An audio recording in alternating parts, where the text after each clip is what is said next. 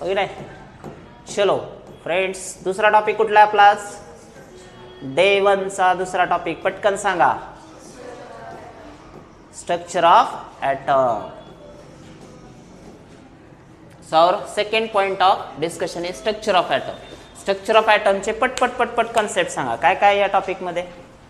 Let's revise first of all काय आहे टॉपिकमध्ये. Sir introduction आहे, जळू दे मरू दे इंट्रोडक्शन.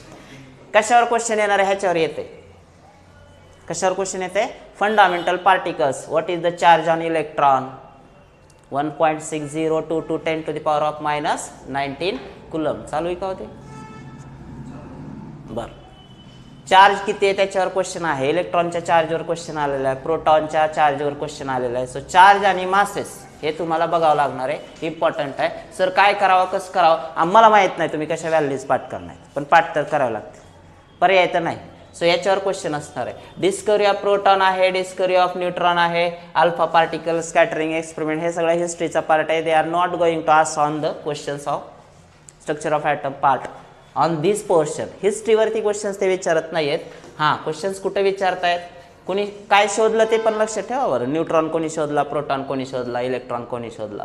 हां, ह्याच्यावर क्वेश्चन्स आहेत. Atomic number and atomic mass number. काय क्वेश्चन्स येऊ शकत आहेत.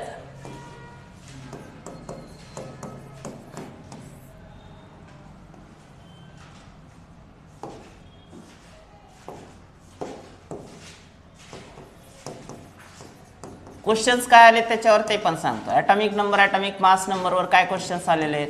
तर तुम्हाला काहीतरी स्पेसिस दिलेला असतो, इलेमेंट दिलेला असतो, त्याच्यात न्यूट्रॉन्स किती आहेत सांगा म्हणतंय, प्रोटॉन्स किती आहेत सांगा म्हणतंय, किंवा इलेक्ट्रॉन्स किती आहेत सांगा म्हणतंय. ॲटॉमिक नंबर पहिला जो इम्पॉर्टंट पॉईंट आहे याच्यातला तो लक्षात ठेवा. Atomic number and atomic mass याच्यावरती क्वेश्चन्स आहेत. म्हणून आपल्या टॉपिकची सुरुवात आपण इथून केली. सपोज क्वेश्चन्स कसे येत आहेत तर अमुक अमुक याच्यामध्ये किती न्यूट्रॉन्स आहेत काय ते विचारतात. ते समजा एक्स एलिमेंट आहे आणि त्यांनी असं दिलेलं आहे की 1840. How many neutrons are there in this species. किती न्यूट्रॉन्स आहेत ते विचारलंय. सो किती येईल आन्सर याचं सांगा. साहजिकच तुम्हाला माहीत पाहिजे खाली लिहिलेला नंबर काय असतो मित्रांनो. ॲटॉमिक नंबर असतो. ॲटॉमिक नंबर कशाने डिनोट करतात. झेडने. ॲटॉमिक मास कशाने डिनोट करतात. एने. म्हणजे कुठल्याही एक्स एलिमेंटला खाली काय असतं ॲटॉमिक नंबर झेड असतो, वरती काय असतं ॲटॉमिक मास असतं. मग हे कोण आहे मास. आणि down left hand side to the base कोण आहे ॲटॉमिक नंबर. न्यूट्रॉनचा फॉर्म्युला माहिती आहे तुम्हाला. A minus Z. संपला विषय. ज्यांना हा फॉर्म्युला माहिती आहे त्यांना न्यूट्रॉन नंबर काढता येते. So how to calculate neutron number for this. 40 minus 18 number of neutrons किती 22 न्यूट्रॉन्स येतील.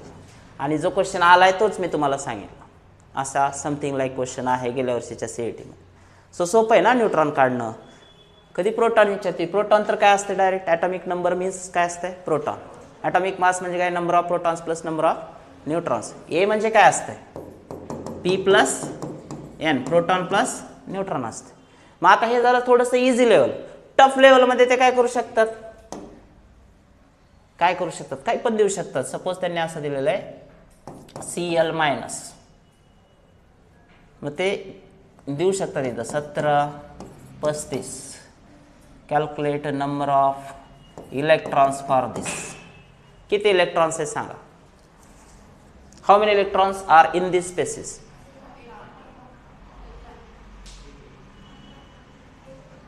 18 किती आहेत. सोपं आहे हे तर फिक्स आहे. जेवढे प्रोटॉन असतात तेवढेच बाहेर काय असतात इलेक्ट्रॉन. कुठल्याही न्यूट्रल ॲटमला कंडिशन काय असते मित्रांनो. जेवढे मध्ये प्रोटॉन आहेत न्यूक्लियसमध्ये म्हणजेच ॲटॉमिक नंबर त्याचा तेवढेच बाहेर काय असतात इलेक्ट्रॉन. मग न्यूट्रल जर असता क्लोरीन तर किती आलं असतं 17. जेवढे प्रोटॉन तेवढेच काय असतात electron. But for what neutral atom. हा न्यूट्रल आहे का नाही निगेटिव्ह आहे. किती निगेटिव्ह चार्जेस आहेत 1.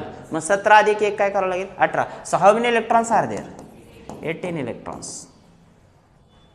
विचारू शकतात त्यांच्या मनावर काय विचारायचं ते. How many electrons are there in Ca2+. Let me know fast. 2040 electrons in Ca2+. साहजिकच न्यूट्रल मध्ये किती आहेत 20. पण चार्ज कुठला आहे 2+. 2+ म्हणजे किती इलेक्ट्रॉन्स कमी झाले, 2 कमी झाले. सो काय येणार मग 18 electrons. How many electrons are there in Al3+? Atomic number तुम्हाला पाठ असावा असं वाटतंय मला, हाय का नाही तुमची तुम्हाला माहिती. किती 10 इलेक्ट्रॉन्स. का बरं? न्यूट्रलमध्ये किती असतील 13, 3चा लॉस आहे म्हणजेच 10 इलेक्ट्रॉन्स. सो इलेक्ट्रॉन विचारू शकतात, प्रोटॉन्स विचारू शकतात, न्यूट्रॉन्स विचारू शकतात, या टाईपमध्ये क्वेश्चन्स आहेत. किंवा याच्यातले जे पुढचे 2 कन्सेप्ट आहेत कुठले आहेत, isotopes, isobars and isotones. What are isotopes friend? atoms of same element having same atomic number but different atomic mass. तुम्ही बघू शकता इथं, कुठं बघू शकता, दिले का नाही कुठं आयसोटोप्स इथं दिले. Carbon 612, carbon 613, carbon 614 atoms of same element. आता atoms of same element म्हणल्यानंतर सेम सेम काय आहे, atomic number सेम आहे म्हणजे नंबर ऑफ प्रोटॉन्स सेम. जेवढे प्रोटॉन्स तेवढेच बाहेर electron, number of electrons also same. मग कोण डिफरंट आहे आयसोटोप्स मध्ये? ॲटॉमिक मास डिफरंट आहे म्हणजे मास डिफरंट कोणामुळे? मग प्रोटॉनमुळे तर नाही आहे, न्यूट्रॉनमुळे. So different number of neutrons are present in isotopes. त्यानंतर isotopes are having fix periodic position. Periodic position मध्ये कार्बन हा एकच एलिमेंट आहे, त्याची पिरियडिक पोझिशन फिक्स आहे ना. कार्बनला 2-3 पोझिशन दिलेत का? कार्बन 12ला वेगळी, कार्बन 13ला वेगळी, कार्बन 14ला वेगळी नाही. सो आयसोटोपची periodic position fix, chemical properties same. येते लक्षात? Electrons protons same, different number of neutrons. What are isobars? आयसोबार्सची कंडिशन काय? Atoms of different elements having the same mass number but different atomic numbers are called as isobars. Same काय? Mass. Different काय? Atomic number. मग आता हे atoms of काय येतील? Different element. For example तुम्ही बघू शकता इथं आता carbon, atoms of different element. Carbon आणि नायट्रोजन कम्पेअर केले पहा, सेम काय त्यांचं 14-14 ॲटॉमिक मास सेम आहे. Carbon 14, nitrogen 14, atomic mass same, atomic number different 6-7. So isobars are atoms of different element having same atomic mass but different atomic numbers. Clear झालं? आता बघूया periodic position same असेल का मग carbon नायट्रोजनची? Carbon नायट्रोजनला एकाच ग्रुपमध्ये एकाच पिरियडमध्ये एका ठिकाणी ठेवलंय का? नाही. So periodic position different. अजून काय डिफरंट, अजून काय सेम? पटकन सांगा. ॲटॉमिक मास सेम आहे, प्रोटॉन सेम कुठं आहेत? नाहीत. 6 आहेत, 7 आहेत. प्रोटॉन्स डिफरंट, इलेक्ट्रॉन सुद्धा मग डिफरंट. न्यूट्रॉन्स कसे असतील? सेम, ते पण डिफरंट. म्हणजे आयसोबार्सच्या बाबतीत न्यूट्रॉन्स डिफरंट आहेत, प्रोटॉन्स डिफरंट आहेत, इलेक्ट्रॉन्स डिफरंट असू शकतात आणि ॲटम्स ऑफ डिफरंट एलिमेंट आहेत त्यांच्यात फक्त एक सेम आहे. कोणती गोष्ट सेम आहे? ॲटॉमिक मास सेम आहे. So different periodic position also. मग याच्यावरती तुम्हाला थोडेसे क्वेश्चन्स येऊ शकतात, सेम, डिफरंट किंवा इझी किंवा मीडियम. टफ लेवलचा असण्याची शक्यताच नाही कारण ह्याच्यात जास्त काही नसतेच. तुम्हाला क्रिस्टल क्लिअर कन्सेप्ट पाहिजे फक्त. तिसरा आहे आयसोटोन्स. मित्रांनो, व्हॉट आर आयसोटोन्स? ह्याचा सेपरेट व्हिडिओ पण आहे बरं का आपल्या यूट्यूब चॅनलवर, बघा. आयसोटोप्स, आयसोबार्स, आयसोडायफर्स, ह्याच्यापेक्षा वेगळं पण बरंच काय काय. सांगा आयसोटोन्स काय असणार? सेम नंबर ऑफ न्यूट्रॉन्स असतात. सेम नंबर ऑफ न्यूट्रॉन्स इथं बघू शकता तुम्ही. कार्बन आणि बोरॉनला कम्पेअर केलंय. 5-11 बोरॉन, कार्बन 6-12. न्यूट्रॉन नंबर काढायचा. न्यूट्रॉन नंबर म्हणलं की A-Z आला. A-Z मध्ये बघा प्रोटॉन मायनस जर केले 11 मधून तर न्यूट्रॉन किती राहायला लागले? 6. याच्यात पण न्यूट्रॉन किती आहेत? 6. So same number of neutrons means isotones. Drawbacks of Rutherford atomic model. रुदरफोर्डनं काय दिलं काय नाही दिलं हे तुम्हाला बघितलं पाहिजे. त्यानंतर wave particle duality of electromagnetic radiation. रेडिएशन्समध्ये जे पण आपण बघतो की वेव्ह नेचर पण आहे आणि पार्टिकल नेचर पण आहे रेडिएशनचं. हे फिजिक्समध्ये पण तुम्ही पाहिलेलं आहे, Newton's Huygens wave theory of light वगैरे, particle nature. So wave particle ड्युअलिटीमध्ये काय काय गोष्टी येतात? जर समजा वेव्ह नेचर म्हणलं लाईटचं आपण रेडिएशनचं, तर त्यासाठी कुठले कुठले पॅरामीटर्स येतात? वेव्स म्हणलं की काय काय आलं? वेव्ह लेंथ आली लॅम्बडा. त्याच्यानंतर काय आलं? फ्रिक्वेन्सी आली न्यू. त्याच्यानंतर काय आलं? वेव्ह नंबर आला, ॲम्प्लिट्यूड आला. वेव्ह नंबर कसा असतो मित्रांनो? Wave number is always reciprocal or inverse of lambda, inverse of lambda. त्यानंतर how to calculate the nu frequency कशी काढायची? फॉर्म्युला काय? C/λ. C means velocity of light, जी की फिक्स आहे. किती आहे? Per second. 3 × 10⁻⁸ metres per second. So पहिला फॉर्म्युला काय तुमचा टॉपिक मधला? बोला लवकर. वेव्ह पार्टिकल ड्युअलिटी फॉर्म्युला, पहिला फॉर्म्युला ज्याच्यावर न्यूमेरिकल्स आहेत.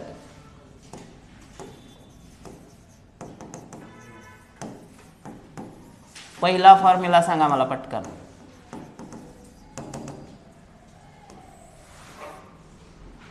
New is equal to c by lambda. हा फॉर्म्युला लक्षात ठेवायचा. What is that? Nu is frequency, wavelength, velocity of light. आणि ह्याच्यावर क्वेश्चन गेल्या वर्षीच्या सीईटी मध्ये आलेला आहे.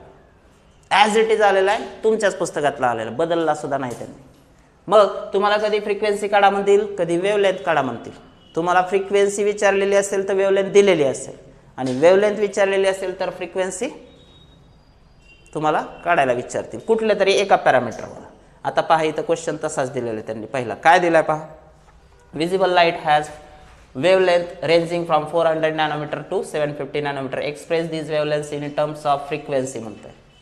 मग आता वेव्हलेंथ दिली काय काढा म्हणतंय फ्रिक्वेन्सी. 400 नॅनोमीटर किंवा 750 कुठलं पण एक घ्या.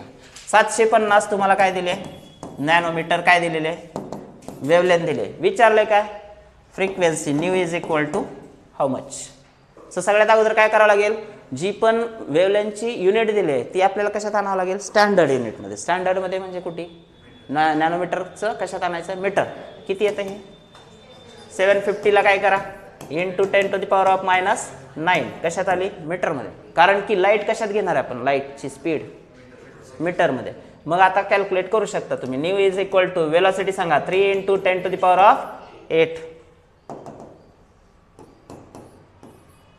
Divide by wavelength. आता मीटरमध्ये घेतली किती आली 750 10⁻⁻⁹ किती येते सांगा.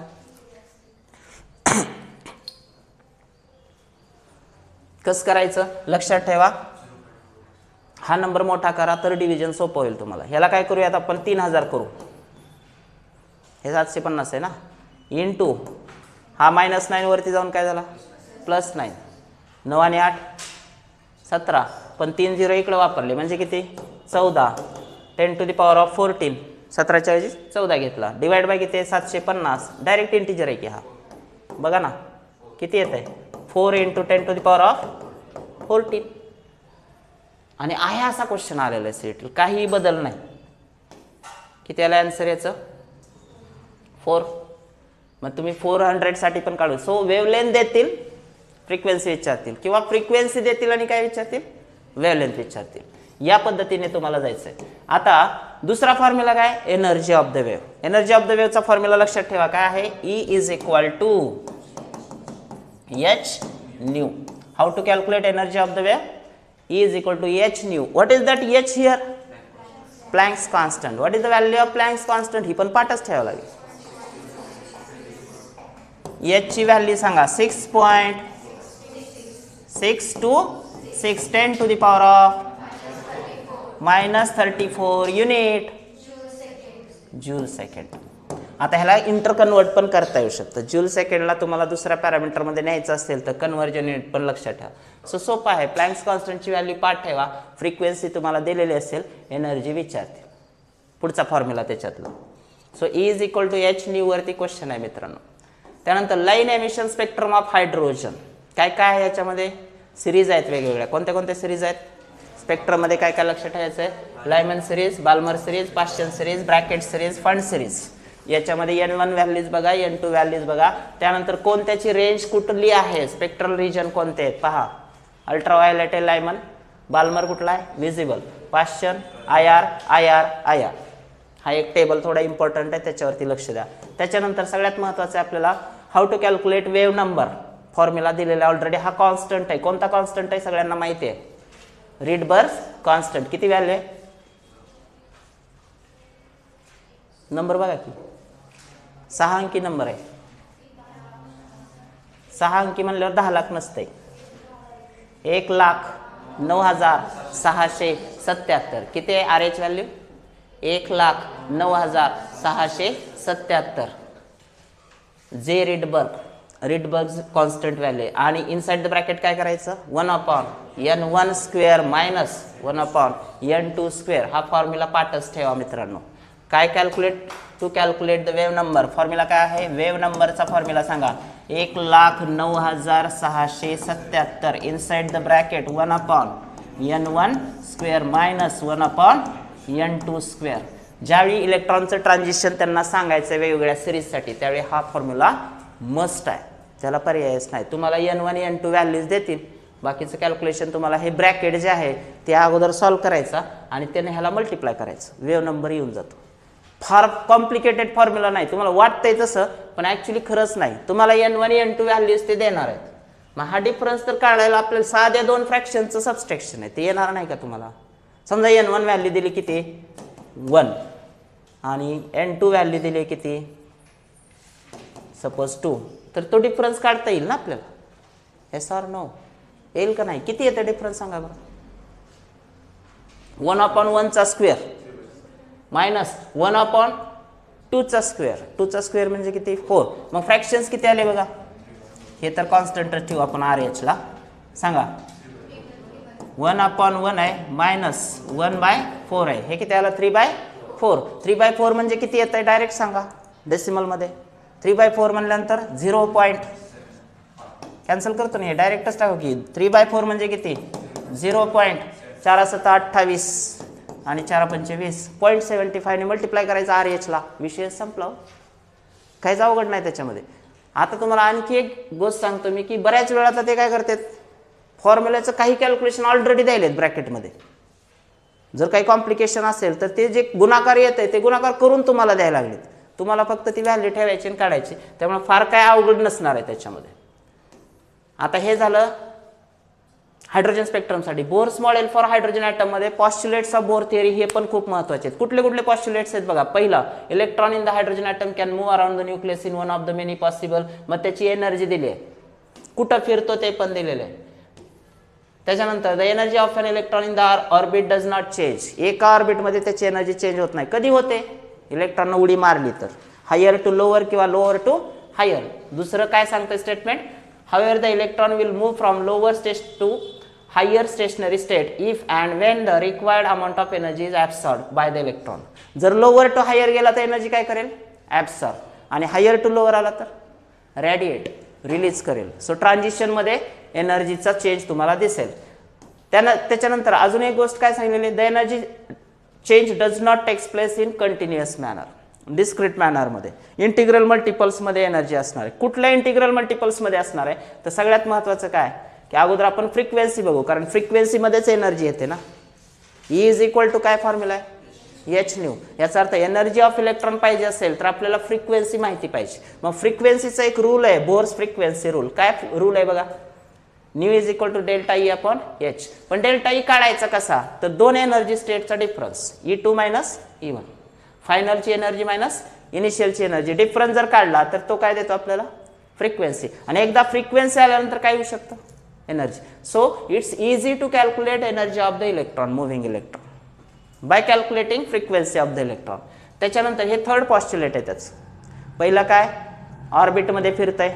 दुसरा पॉस्ट्युलेट काय एनर्जी कधी कॉन्स्टंट आणि कधी चेंज होते. बोर्स मॉडेलचा दुसरा पॉस्ट्युलेट. कॉन्स्टंट कधी, जोपर्यंत त्याच ऑर्बिटमध्ये तोपर्यंत ते कंटिन्युअस तेवढीच एनर्जी राहणार.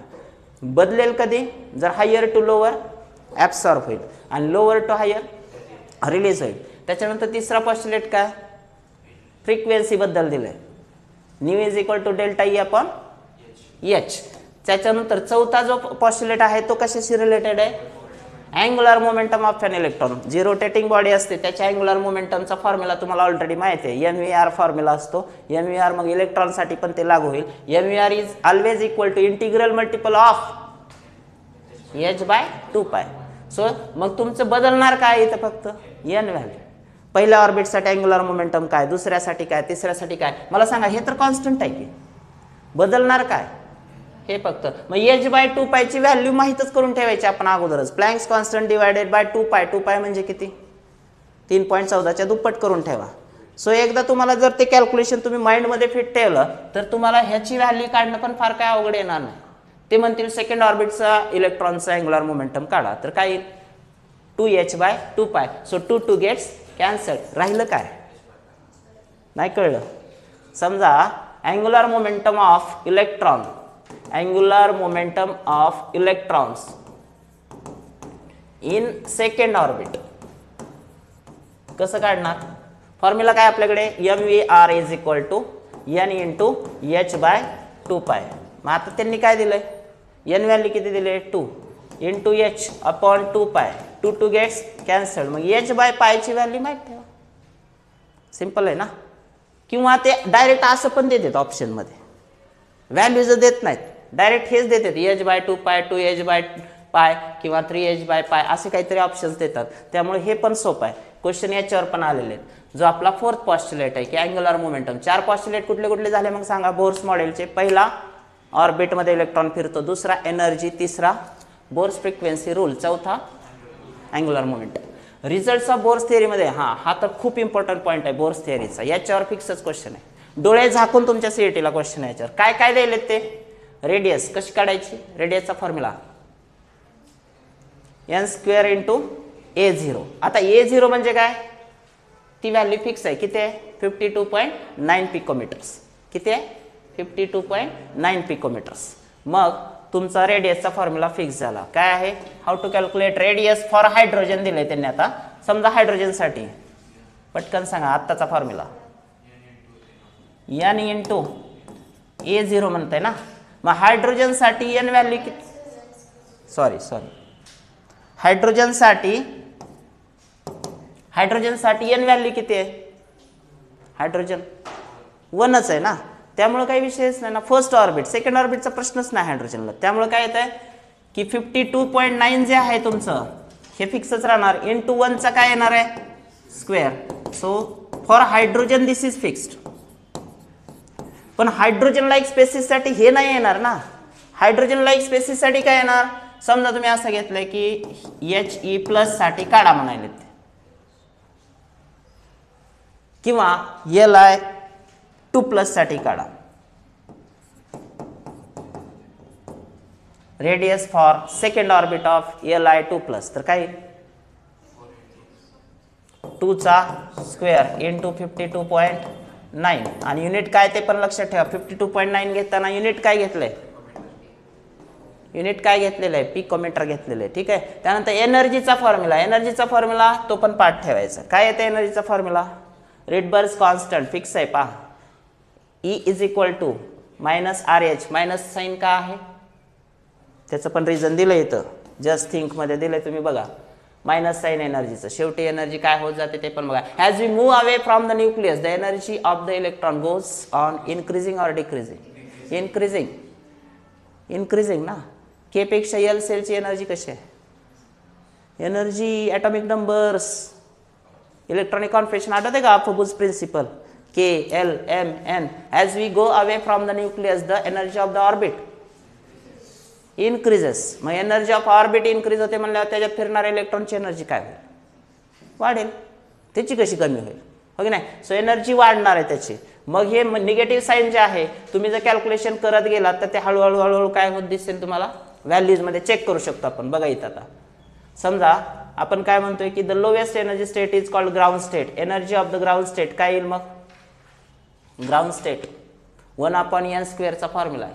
E is equal to minus RH 1/n square. इथं लिहितोच मी. एनर्जी इज इक्वल टू हायड्रोजनसाठी काय येईल? Minus RH inside the bracket 1/n square असा फॉर्म्युला आहे. काय येणार मग? ग्राउंड स्टेट म्हणजे कोणती असते? 0 तर नसणार ना. ग्राउंड स्टेट म्हणजे सगळ्यात कमी 1चा स्क्वेअर. मग ग्राउंड स्टेट किती आली? 1चा स्क्वेअर किती येते? 1च. मग किती आलंय? RH. ग्राउंड स्टेट किती आली? RH. आता ग्राउंड स्टेट पासून मग फर्स्ट एक्साइटेड सेकंड एक्साइटेड असे क्वेश्चन्स विचारतात. तर त्यावेळी आपल्याला लक्षात ठेवावं लागतं. हायड्रोजनपेक्षा महत्त्वाचं काय लक्षात ठेवायचं तुम्ही? हे जनरल फॉर्म्युले जे आहेत ते लक्षात ठेवा. Energy for hydrogen like species. आता रिडबर्ग कॉन्स्टंटची व्हॅल्यू दिली इथं. काय दिली पहा? तुम्ही म्हणसाल सर तिकडं कशी काय 1 लाख दिली होती, इथं कसं काय वेगळी आहे? तर ते युनिट चेंज आहे. किती दिले? 2.18 10 to the power of -18. हे फिक्स आहे. Z² n square. आणि रेडियस पण दिले 52.9 इंटू n²/z. हे दोन्ही फॉर्म्युले खूप महत्त्वाचे आहेत. मी थोडं ह्याला स्क्रीनवरती घेतो.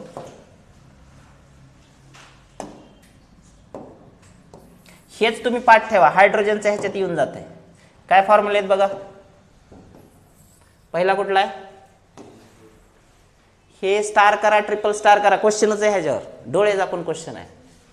पहिला फॉर्म्युला काय, एनर्जी ऑफ द स्पेसिस, मग ते हायड्रोजन लाईक असेल, अगर हायड्रोजन असेल काय, -2.18 10⁻⁻18 inside the bracket z² upon n². Sir formula तर कळला, पण आम्हाला विचारतील काय, कसं विचारतील, तर ते तुम्हाला अगोदरच सांगायलो मी की हायड्रोजन लाईक स्पेसिस म्हणल्यानंतर मग काय येईल, हेलियम विचारतील, लिथियम विचारतील, बेरिलियम विचारतील, मग त्यावेळी बदलणार आहे ना ते. समजा असं विचारलं त्यांनी, एनर्जी ऑफ, काय विचारू शकतात की Li2+ ऑफ सेकंड ऑर्बिट, काय काढायचं, उत्तर काय बघा,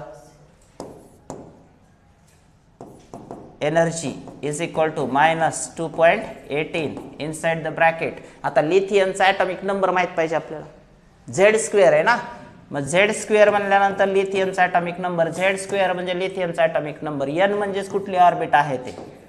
फॉर्म्युला तर पाठ पाहिजे, -2.18 इनसाइड द ब्रॅकेट, Z किती आहे लिथियमचा, 3, 3चा स्क्वेअर किती आला 9, डिवाइड बाय n, कोणती ऑर्बिट आहे, सेकंड, सेकंडचा स्क्वेअर किती 4, 9/4 किती आलं,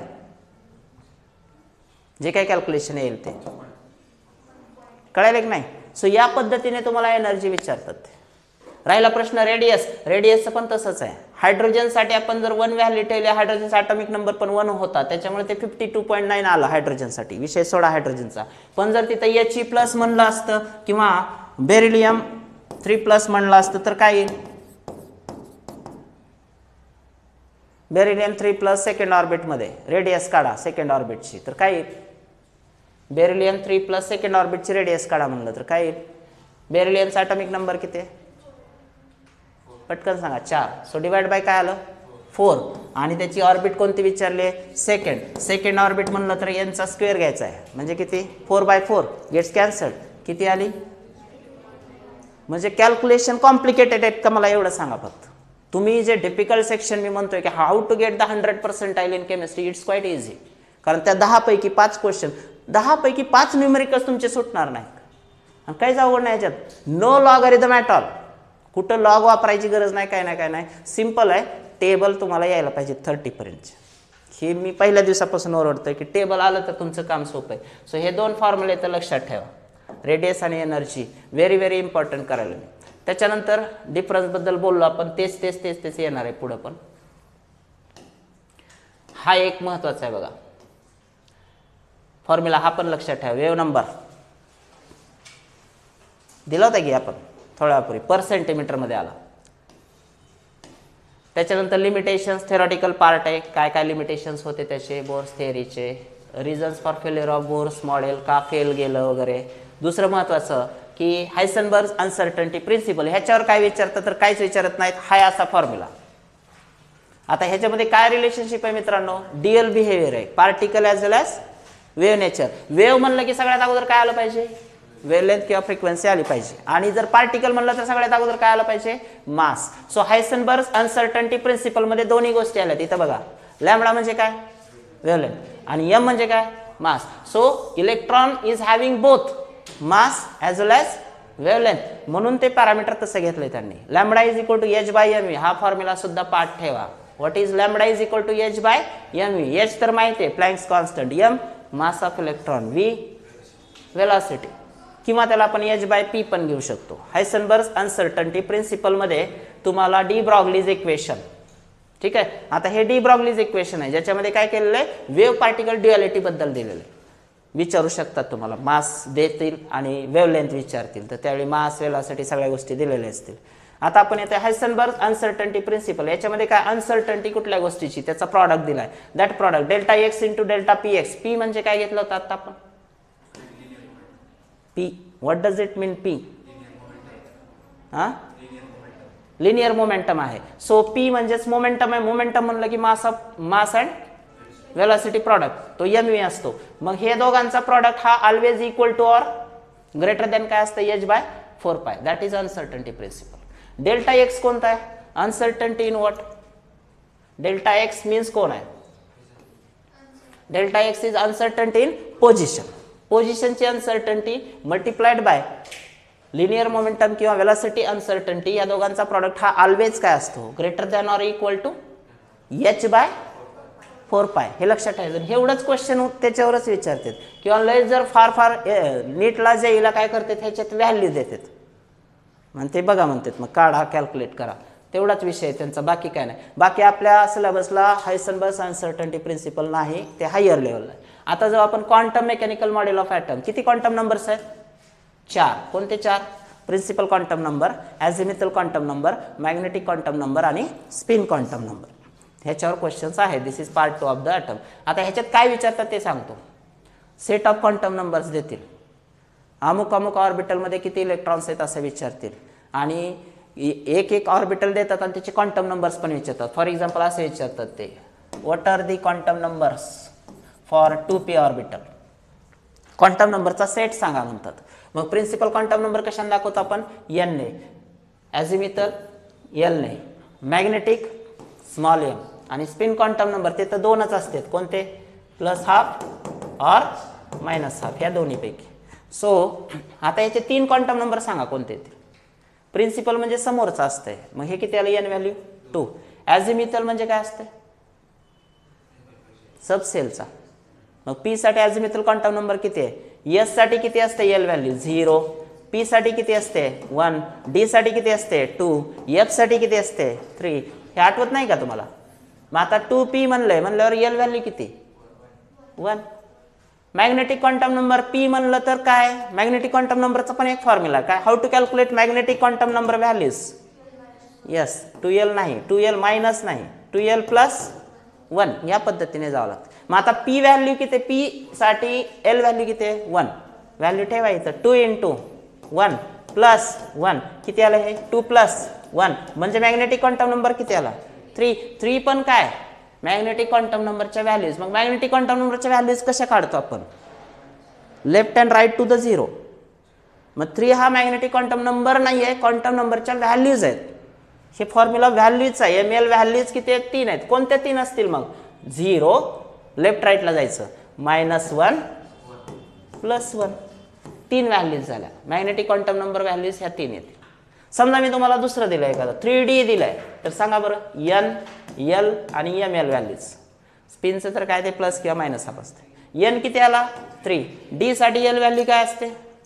दिलं होतं आता, हे तुम्ही विसरताय लगेच. किती आहे? 2. मग काय येणार? हे 2. ml व्हॅल्यूज 2l + 1 नुसार जा. 2l + 1 5. 5 म्हणलं तर 0च्या लेफ्ट राईटला टोटल 0 सहित 5 करायचे. 0च्या लेफ्टला -1 मग इकडे +1. 0च्या लेफ्टला -2 मग इकडे +2. किती ml व्हॅल्यू झाल्या? 5. या पद्धतीने जायचं. काय अवघड नाही क्वांटम नंबर्स पण क्वेश्चन जर विचारले तर. समजा तुम्हाला विचारले त्यांनी 4f सांगा. 4f साठी क्वांटम नंबर सांगायचे. हां, n, l, ml बोला पटकन. n किती? 4. l किती? 3. ml 2l + 1 नुसार 2l + अगोदर नंबर सांगा मॅग्नेटिक क्वांटम नंबर व्हॅल्यूचा. 7 येईल ना. 2l + 1 कसा? 2l ची व्हॅल्यू ठेवा. 3 2 6 अधिक 1 7. सो 7 व्हॅल्यूज कशा घ्यायच्या? 0, -1 + 1, -2 + 2, शेवटची -3 + 3. बघा 7 झाल्या का? काय अवघड आहे याच्यात? क्वांटम नंबर्सवर या पद्धतीने क्वेश्चन येतो. येते लक्षात? कोणामध्ये किती ऑर्बिटल्स आहेत? s मध्ये एकच ऑर्बिटल आहे, p मध्ये 3 आहेत. मग त्याच्यानुसार तर ऑर्बिटल आलेत ना. s ला जर तुम्ही काढलं, आता समजा 2s दिला असतं मी, तर तुम्ही n, l आणि m व्हॅल्यू सांगा बरं पटकन. n किती आहे? 2. l किती? 0. 0 × 2 + 1 किती आलं? हे 1. मग मॅग्नेटिक क्वांटम नंबर व्हॅल्यू 1च म्हणल्यावर सुरुवात कुठून करणार? 0. मग ml व्हॅल्यू त्याची 0 आली. म्हणून s ला एकच ऑर्बिटल आहे, p ला 3 आहे, d ला 5 आहेत, f ला 7 आहे. त्याचं कारण ते हे ऑर्बिटल बेस्ड क्वांटम नंबर्सवर असे क्वेश्चन्स असतील. आणि last part of this topic मला वाटतं हे तुम्हाला बऱ्यापैकी माहिती आहे. काय? शेप्स वगैरे माहिती आहेत, कोणाचे डंबेल शेप, कोणाचा स्पेरिकल.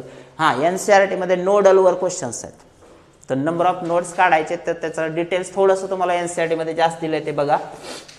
इलेक्ट्रॉनिक कॉन्फिगरेशनवर मी काय डिस्कस करू का, कसं काढायचं इलेक्ट्रॉनिक कॉन्फिगरेशन वगैरे. अपोबुज प्रिन्सिपल असते माहिती की नाही ते. किती रूल्स आहेत इलेक्ट्रॉनिक कॉन्फिगरेशनच्या बाबतीत. रूल्स पहिला रूल कुठला आहे, डिजेनरसी येण्यासाठी दिलेला आहे बघा तुम्हाला.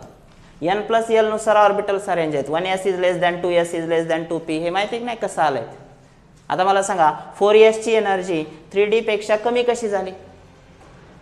why 4s is less than 3d. last part of this topic is electronic configuration. सांगा मग. अपोबुज प्रिन्सिपल नुसार 1s is less than 2s is less than 3s is less than 2s 2p पाहिजे ना. 2s is less than 2p is less than 3s is less than 3p is less than 4s is less than 3d. तर ही order आपण केलेली आहे. मी तुम्हाला प्रश्न विचारले why 4s is less than 3d. तर पहिला रूल आहे कुठला, these orbitals are arranged in accordance with n+l rule. n+l नुसार ठरवायचं. बघा मग त्याच्यामध्ये n+l व्हॅल्यूज टाका. आता झाले की आपलं डिस्कशन. 4s साठी n+l व्हॅल्यू किती आली बघा. 4s n किती 4चा 4s साठी n किती 4 प्लस l व्हॅल्यू किती 0 किती आलं पहा 4. 3d साठी बघा 3d साठी ही व्हॅल्यू किती आले 3 प्लस d साठी l व्हॅल्यू किती असते 2. मग 3 + 2 किती आली 5. सो ज्याची n+l व्हॅल्यू जास्त मित्रांनो तो एनर्जी मध्ये कुठे गेला पुढे गेला. म्हणून 4s हा 3d च्या काय झाला अगोदर आला. ड्रॉबॅक त्याच्यातले कळालेत का तुम्हाला. सो n+l व्हॅल्यू नुसार काय केलेलं आहे हे अरेंज केलेलं आहे. पहिला रूल.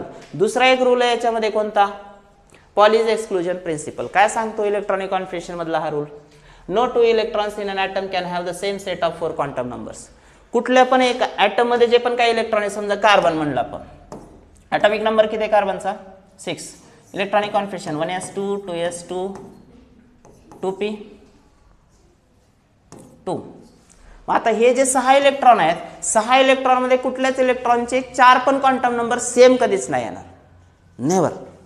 कुठले पण दोन कंपेअर करा तुम्ही. आता ह्या दोघांमध्ये तुम्हाला वाटेल की 1s चे दोन्ही इलेक्ट्रॉन सर एका ठिकाणी ह्याचे सगळे सेम येतील की, कारण ह्याची n व्हॅल्यू दोन्ही इलेक्ट्रॉनची सेम आहे.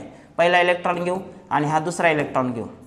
तुम्ही काय म्हणसाल n व्हॅल्यू दोघाची 1 1, l व्हॅल्यू s नुसार किती दोघाची 0 0. राहिलं काय मॅग्नेटिक क्वांटम नंबर व्हॅल्यू 0 0 चाली ही पण. मग स्पिन क्वांटम नंबर पण वेगळा आहे ना, पण एकाचं थोबाड वर एकाच खाली आहे म्हणजे स्पिन काय वेगळा. एकाच ऑर्बिटल मध्ये जरी दोघं असले तरी याची +½ येईल आणि याची याची -½ येईल. मग एका ठिकाणच्या दोन इलेक्ट्रॉनचे पण 4 क्वांटम नंबर सेम नाही, मग ह्यांचे कसे सेम येतील. इथं तर तुम्ही बघा ना, इथं s आहे, इथं 1 आहे, इथं 2 आहे, त्याच्यानंतर इथं जरी s आहे तर इथं काय p आहे. मग l व्हॅल्यू बदलायला ना त्यांच्या. याचा अर्थ कुठल्याही ॲटम मध्ये 4 क्वांटम नंबर्स कधी सेम नसतात आणि तोच आहे पॉलीज एक्सक्लुजन प्रिन्सिपल. दुसरा रूल काय Pauli's exclusion principle. No 2 electrons in an atom can always have the same set of quantum numbers. 4 quantum number same येत नाहीत. शेवटचा रूल कुठला याच्या संदर्भातला एक राहिला Hund's rule of maximum multiplicity. हा पण तुम्हाला माहिती आहे काय आहे. Pairing of electrons in the orbitals belonging to the same subcell does not occur unless each orbital belonging to that subcell has got 1 electron each. किती लांब लचक लिहिले बघा. ह्याचा अर्थ काय होते दोन शब्दात सांगायचं म्हणलं तर इलेक्ट्रॉनची पेअरिंग तोपर्यंत होत नाही जोपर्यंत प्रत्येक ऑर्बिटलला 1 इलेक्ट्रॉन मिळत नाही तोपर्यंत. फॉर एक्झाम्पल समजा आपण एक्झाम्पल घेतो ऑक्सिजन. ॲटॉमिक नंबर किती आहे 8. 1s2 तुम्ही सांगा 2s2. p साठी 2p किती 4. मग आता p मध्ये इलेक्ट्रॉन टाकायचे. ऑर्बिटल किती आहेत p मध्ये 3. कोणते px py pz. किती इलेक्ट्रॉन टाकायचे 4. कसे भरा म्हणते ते 1. प्रत्येक ऑर्बिटलला 1 1 इलेक्ट्रॉन द्या. 2 3 आणि नंतर पेअरिंग करायचं 4. असं नाही करता येत. This is not according to Hund's rule. एक मिनिट. असं नाही करता येत. This is wrong method, this is right method. कोणता रूल आहे हा प्रत्येक ऑर्बिटलला 1 इलेक्ट्रॉन द्या. Hund's maximum multiplicity rule. शेवटी येतो मी या टॉपिकच्या इलेक्ट्रॉनिक कॉन्फिगरेशन मध्ये 2 एक्सेप्शन्स दिलेत बघा इथं. कोणते क्रोमियम आणि कॉपर. क्रोमियम आणि कॉपरच्या बाबतीत थोडंसं त्यांनी मांडलेलं पहा. इलेक्ट्रॉनिक कॉन्फिगरेशन फक्त कोणाचा बदल आहे तर क्रोमियम आणि कॉपर. कशामुळे आहे ते पण दिलंय. कशामुळे आहे? हाफ फिल्ड ऑर्बिटल्स आणि फुल फिल्ड ऑर्बिटल, नेमके त्याच्यावरच क्वेश्चन आहेत. क्रोमियमचा ॲटॉमिक नंबर सांगा. Exceptional electronic configuration of copper and chromium. उलट करतो मी, क्रोमियम अँड कॉपर. क्रोमियमचा ॲटॉमिक नंबर 24 सांगा, पटकन सांगा. कंटाळलात का? कंटाळू द्या, सांगा तरी बी. 1s2 किंवा आर्गॉनने लिहितो डायरेक्ट मी. आर्गॉन 18, 4s2, 3d 18 2 20 आणि किती 24 4. पण हे असं आहे का? नाही. क्रोमियमचं असं इलेक्ट्रॉनिक कॉन्फिगरेशन येतं का? तर नाही येत. रॅदर आर्गॉन 4sचा एक इलेक्ट्रॉन 3d कडे जातो. 4s1 3d5 हे आहे ऑब्झर्ड इलेक्ट्रॉनिक कॉन्फिगरेशन क्रोमियमचं. का आहे? कारण d ला आणि 4sला यांचा जो गॅप आहे तो एनर्जी गॅप कमी आहे, त्यामुळे इथला एक इलेक्ट्रॉन सहज उडी मारून इथं जातो. आणि फायदा काय होतो? हाफ फील्ड ऑर्बिटल तयार होतं. डी चे किती ऑर्बिटल आहेत? 5. 5 मध्ये किती इलेक्ट्रॉन बसतात? 10. मग त्याच्याऐवजी एक आला तर किती झालं? Half filled. हाफ फील्ड कंडिशनमुळे स्टेबल आहे. तसं कॉपरचं काय आहे? 29. कॉन्फिगरेशन काय असायला पाहिजे होतं? आर्गॉन 4s2 18 2 20 आणि किती 29 3d9. आता हे पण नाही दिसत कॉन्फिगरेशन. का नाही दिसत सांगा? कारण इथं पण स्टॅबिलिटीचा विषय येतो. 4sचा एक इलेक्ट्रॉन जर 3d कडे गेला तर किती होतंय? 10. जी की कंडिशन कशी आहे? फुल फील्ड आहे. मग हाफ फील्ड कंडिशन आणि फुल फील्ड कंडिशन मुळे काय होतं? कॉपर आणि क्रोमियमचं ॲनोमॅलस बिहेवियर येतं. जे आपण पी ब्लॉक मध्ये पण ठिकठिकाणी बघणार. सो हा होता आपला पूर्ण टॉपिक. कोणता? Structure of atom. एक्सरसाइजेस करा, इंटेक्स क्वेश्चन करा. आज दिवसभर आता काय करणार आहे तुम्ही घरी जाऊन सांगा मला. रिव्हिजन तर झालं, टॉपिक मध्ये कन्सेप्ट काय ते पण कळले. आता काय करायचं की प्रत्येक कन्सेप्टचे तुम्हाला काम देतोय मी. होमवर्क काय असणार आहे तुमचं? प्रत्येक कन्सेप्टचे किमान 3 MCQ सोडवायचे. सम बेसिक कन्सेप्ट असू द्या, स्ट्रक्चर ऑफ ॲटम असू द्या. समजा Bohr's model of hydrogen atom आहे, त्याचे बघा ती कन्सेप्ट आहे. त्याच्यात जी कन्सेप्ट आहे त्याच्यावर किती MCQ सोडवायचे? कमीत कमी 3, जास्तीत जास्त 5. इलेक्ट्रॉनिक कॉन्फिगरेशन कमीत कमी 3 MCQ, जास्तीत जास्त 5 MCQ सोडवायचे. समजा एखाद्या टॉपिकमध्ये 7 कन्सेप्ट आहेत तर एका कन्सेप्टवर 3 MCQ म्हणलं तर किती होते? 7 त्रिक 21. सोडू शकत नाही का तुम्ही 20-25 क्वेश्चन? माझं म्हणणं आहे परफेक्शन येण्यासाठी एका कन्सेप्टवर कमीत कमी 5 MCQज वेगवेगळ्या व्हॅल्यूचे वेगवेगळ्या पॅरामीटरचे सोडवले पाहिजेत. समजा सम बेसिक कन्सेप्टमध्ये 10 कन्सेप्ट आहेत आणि 5 क्वेश्चन म्हणलं तर सम बेसिक कन्सेप्टचे किती MCQ झाले? 50. आणि स्ट्रक्चर ऑफ ॲटमचे किती झाले? 50. 100 MCQ सोडवायला तुम्हाला साधारणतः किती वेळ लागेल घरी? एका मिनिटाला 1 MCQ धरतो आपण. 100 मिनिट म्हणजे किती होते? 1.5-2 तास. मग 2 तास आपण इथं द्यायलोय आणि 2 तास जर आपण घरी द्यायलोय. MCQचीच प्रॅक्टिस आता का करावी लागेल त्याचं कारण तुम्हाला कळलं असेल. थिअरी आता तुमच्याकडे आली आहे. आता थिअरीमधलं शक्यतो काही बाकी राहत नाही, तरी बी चालू MCQ मध्ये कन्सेप्ट आणखी क्लिअर होतात. यामुळे फायदा काय होतोय तुमचा की थोडंसं तुम्हाला ओझं वाटतंय.